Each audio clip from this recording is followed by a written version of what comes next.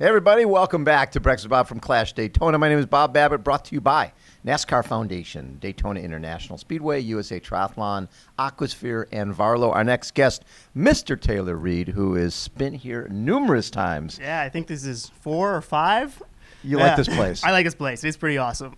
Yeah, I mean, it's funny just sitting here. It's one thing to see pictures, but when you sit here and just realize how gigantic it is. Yeah, like 5 kilometers around, like basically a lake inside of it. That's huge.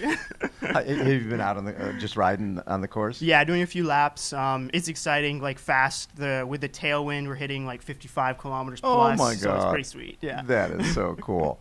And so, when you first came here and rode the track, what was your thought when the first time you got on this thing? It was pretty mind-blowing. Like the stadium that holds like hundreds of thousands, and just like being part of something that's so historic was really, really cool. And just amazing how Bill just keeps building it. Right. And I'm just excited to see what's next, kind of deal. You know what's fun? When I first talked to Bill and we were sitting here looking back, I'm like, dude, the great thing you have is you've got a venue that's totally closed. Yeah. So you can put on stuff all day long, Oh, right? yeah. You can have a biathlon or duathlon in the middle of the night. You can you don't have to worry about parking or anything else. Yeah, that's like the beauty of it. Like literally there's millions of spots for parking. Like it's all in one spot. It's so easy, like for the pros, but also the age groupers. Like everyone can just get here and there's no headaches. None. Like so many races where you're like, oh, I have to park like on street and my car gonna get Two towed. transition areas, exactly. All that stuff. The logistics go away here. It's beautiful, Yeah, it is perfect. So, okay, so this year, 24th at 70.3 Augusta, 7th at 70.3 Mount Tremblant, 4th at Eagleman, 70.3. Clash Miami, we won't talk about, but we'll leave that one out. Leave that one out. But happy with the season? So. Like, there's been some good points where like I've cracked sort of into the racing, but I just haven't felt that I've gotten to the point where I'm really in the fight for the podium, or even just the fight for like the leaders. So I'm really looking forward to that for this race. Like I'm feeling really fit and ready to just give everything, and whoever I'm with, I'm ready to race. Like it doesn't matter if it's me and Nick Chase or me and Vincent Louis. Like I want to race whoever's around me. So that's going to be really exciting. That's very cool.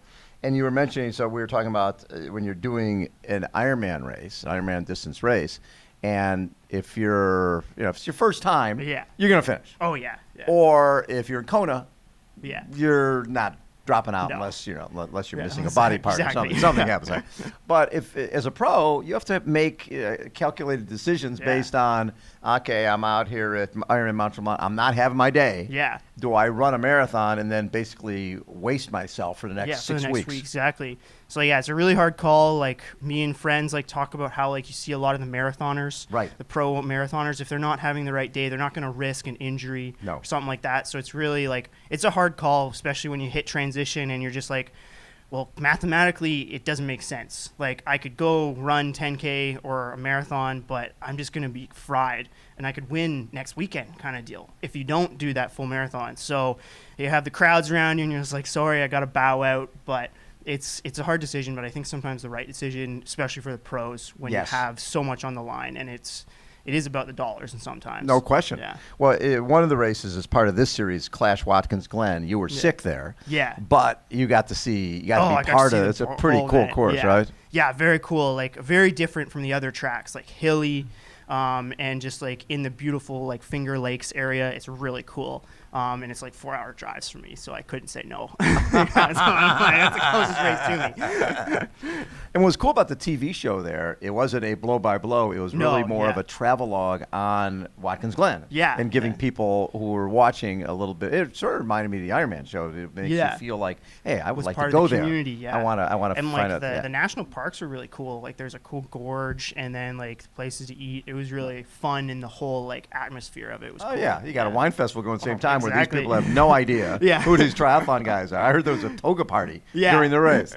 It's like, So what? This is the last race of the season, I'm guessing. Yeah.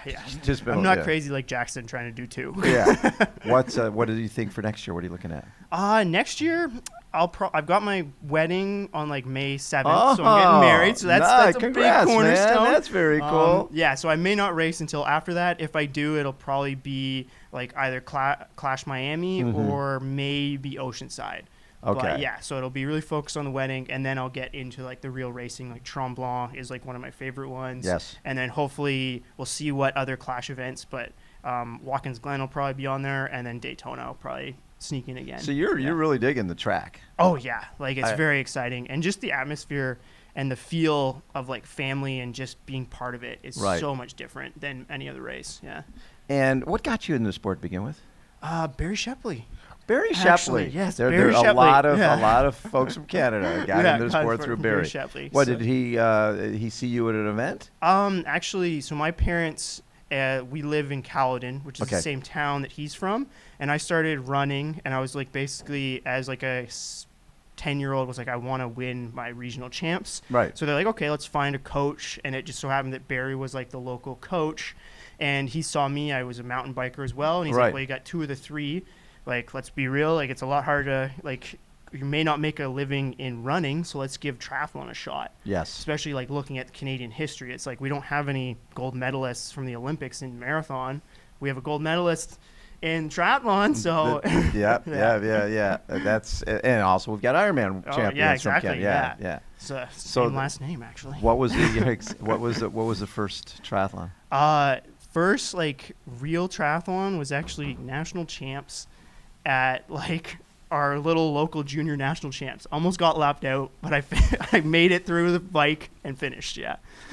Very cool. So that is good. And when did you get to the point where you felt like, okay, I think I could be good at this. I think I could be a pro. Yeah, so, like, I went through university and high school racing, like, the junior circuit and stuff like that.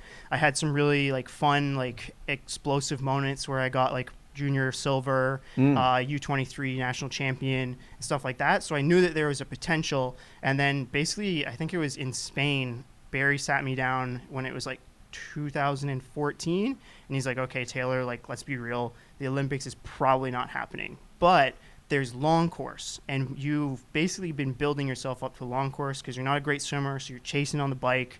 Then you're surviving on the run. Right. And we basically gave, I think it was like, pro Olympic non-draft race in like Saskatoon or something. Right. And I won that race, beat Brent McMahon. He wasn't on his A game, but it was like sort of the flash of like, you can make a living at this.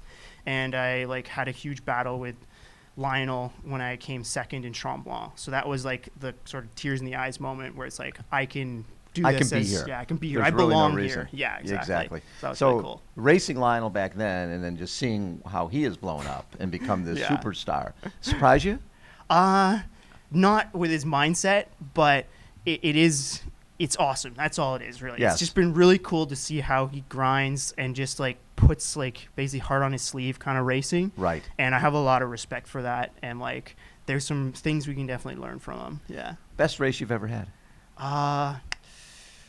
Probably that's a hard one. Like, if we take out the actual victories, it was probably racing Mont Tremblant 2015 with Lionel, just because it was like me, Lionel, and who does picky bars again? Oh, Jesse Thomas. Jesse Thomas. Like, we got off the bike, we ran. The three of you. Yeah, 3 of us, 15 to 16 kilometers together, like back and forth.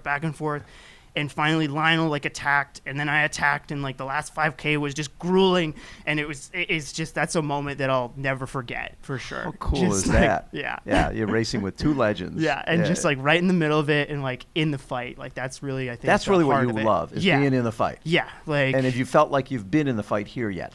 Last year actually was a lot of fun. So last year I was with Starkey and Nick Chase, and we had like a duel out in the sunset on the run where like back and forth. It was for like 8th to 10th. So it still wasn't like the golden moment of winning, but it was just that idea of like, I'm going to gut myself for every second, every place, which was really cool. And then you end up getting 9th. Yeah. So which guy got you? Starkey. Starkey got you. I know, we passed him, and then he like threw in a huge gear and just blew past us, and we were like, dang it. Oh my God. That is so cool. But those are the races you remember. Yeah. Those are the ones. And so you mentioned potentially 70.3 Oceanside. You know, maybe. That's one of those courses that suits you really well too. Yeah. I think the best place I've had was 4th in 19 or something like that. And again, like that was the kind of race where you like got really stuck in, and like there's a lot of bodies around you, so you can really push yourself, which is exciting. Yeah. You like unique races. Yes. You're like something like Watkins Glen, Mount Tremblant, Oceanside. A little bit of hill, a little bit of like technical. Yeah. Is definitely my favorite. Yeah, because you think about it, in Oceanside, you start in the ocean. Yep. Then in back, you come into the bay, usually right into the sun. Yeah.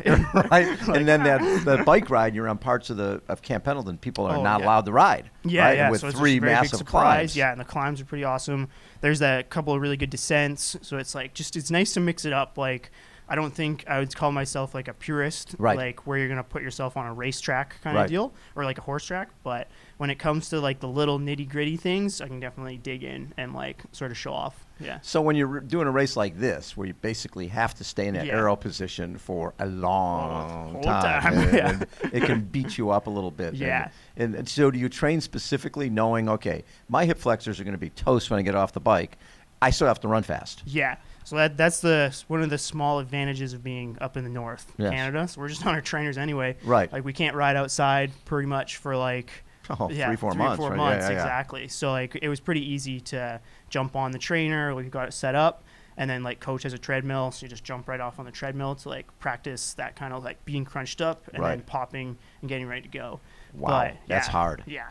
And like every year, like it's a little shorter this time instead of the 80K, but you come to that last 10K, there's going to be a couple of guys who just are grabbing their hamstrings and on the floor. That is wild. Well, Taylor, have yourself a great one, man. Yeah. Always a pleasure to catch up with you. I love just the personality you bring to the day, man, and the fact that you like the hard racing. Yeah, it's good.